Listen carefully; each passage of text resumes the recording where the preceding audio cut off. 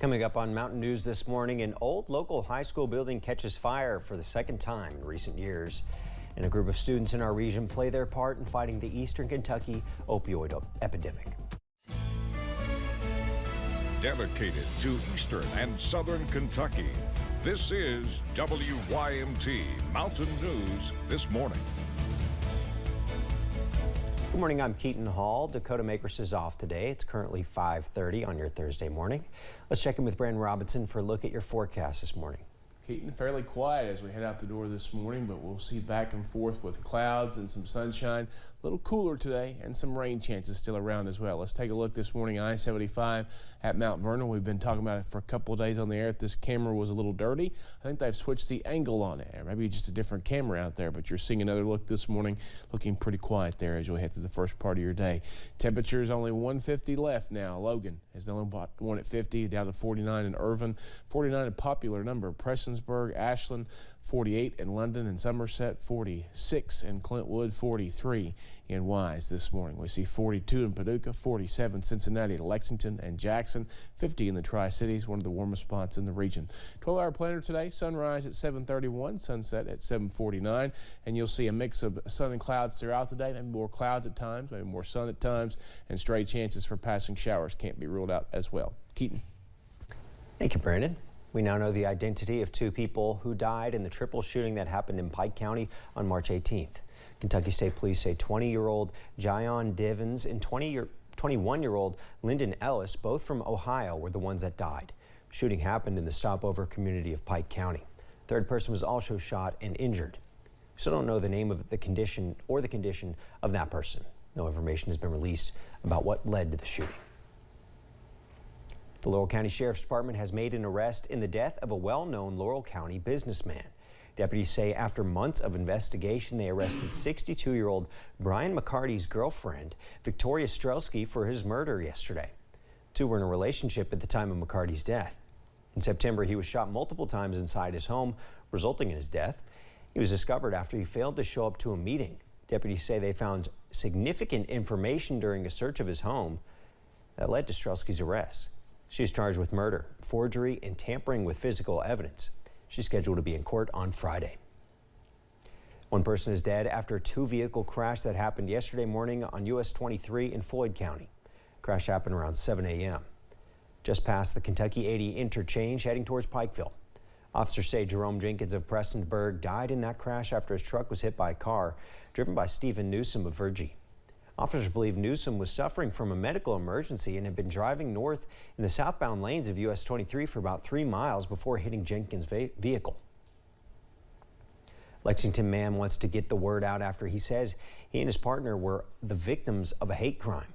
Video shows two people burning down a pride flag outside the couple's home. James Grant Wilson says he has lived in Lexington for 15 years. Surveillance video shows two hooded figures walking up to his flag and lighting the bottom of it on fire. One appears to be recording the act with their phone. The pair then ran away.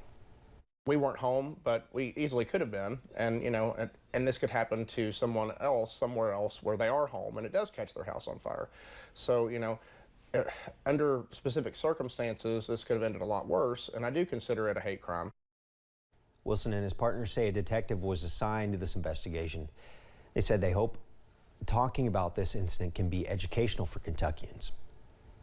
The old Hazard High School building caught on fire Wednesday morning for at least the second time since becoming a housing unit. Those living in the building were evacuated and forced to find somewhere else to stay. WYMT's Jade Saylor talked with officials as they looked into what may have caused the fire. The old Hazard High School building, which is now an apartment complex, caught fire Wednesday morning. There were no injuries. We had, I think, 25 to 30 people that are displaced, and they've been assisted by various organizations to get housing for the next few days. The bigger problem was finding housing and transportation for those that had to be evacuated. We contacted the Red Cross, and then we contacted KRCC, and then we contacted the Housing Authority, and all the people came up, and then they helped us get all these people that's displaced into housing in a very timely manner. Hazard Mayor Happy Mobilini compared this fire to the downtown Grand Hotel fire back in 2015, but said thanks to all the help, things moved quick and easy. Unlike the Grand Hotel, you know, at least right now, these people have a place to stay this next week or two until the fire marshal releases the building back where they can move back in. City officials, the Hazard Fire Department, police department, and various organizations worked together all morning to get them sheltered by mid-afternoon. Well, it's chaotic, you know, and a lot of these people are the most vulnerable people in society. I mean, they're elderly, they're in wheelchairs, they're on oxygen. LKLP sent transportation for those in wheelchairs. Hazard City Schools sent a school bus to transport the others. In Hazard, Jade Saylor, WYMT Mountain News.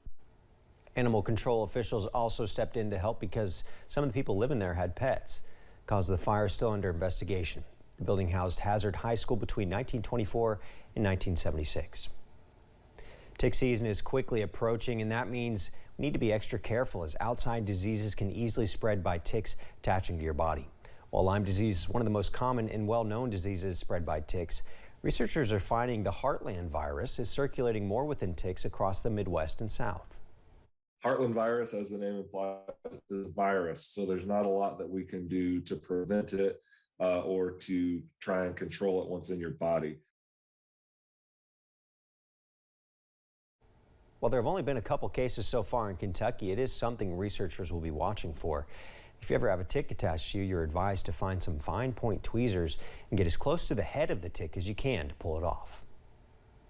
One STLP team in Johnson County is using their project to discuss the Eastern Kentucky opioid epidemic.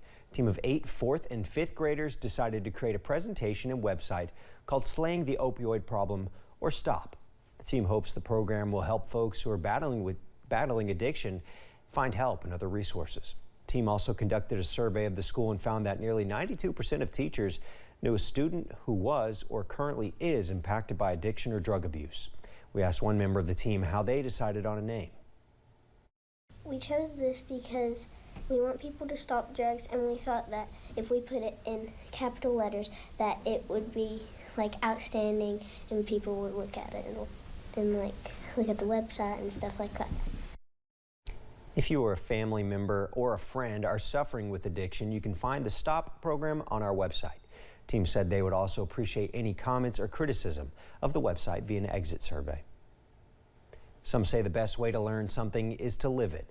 And yesterday, students at Pikeville Elementary School did just that. WYMT's Buddy Forbes joined students and community members on a stroll through the Living Wax Museum. From drawing names for their subjects, we did a lot of research about our person and what made them how they are today, to diving into their stories. You just have to know what source is, and you have to know all about them and be an expert on them. Students at Pikeville Elementary brought their semester projects to life through a living wax museum. It's really difficult to memorize that minute-long speech, but fortunately we have a lot of time to do this. Giving the 6th graders a chance to bring the facts and become the figures. Really, it felt like I was teaching them about me. Well, it felt like I was Betty White. Discovering the true stories about influential creators. How he contributed to society, how he helped the world around us. Incredible caregivers. She helped a lot of poor people and the sick and dying people. And idolized celebrities. How she was able to overcome, like, being a woman and all, and acting in so many different shows and movies. While discovering things about themselves along the way. And they have so much ownership, and they're so proud, and it really kind of takes my breath when I see how proud they are on performance day because they've worked so hard. Putting it all on display at the press of a button. In Pikeville, Buddy Forbes, WYMT Mountain News. Students say the annual project is a great way to learn about their own subject and an even better way to hear the stories of everyone represented by fellow classmates. The Girl Scouts are celebrating their 110th anniversary this year. The Girl Scouts of Kentucky's Wilderness Road and the Girl Scouts of Kentuckiana were at the state capitol Tuesday to celebrate the anniversary. They met with state legislators, toured the historic Capitol building, and met with Governor Andy Beshear. As you continue your success in scouting, I hope today helps you remember how special Team Kentucky is, because all of Team Kentucky is rooting for you. Together, we're going to go places. I'm going to tell you, I'm more excited about where Kentucky is going than ever before in my lifetime. The governor also declared March 22nd as Kentucky Girl Scout Day. Just ahead this morning, a movie celebrating the life of a late and great singer prepares to return to the big screen. And the severe weather threat is in our rearview mirror for a few days, but the rain chances are still around. I'll track them out for you in about 2 minutes.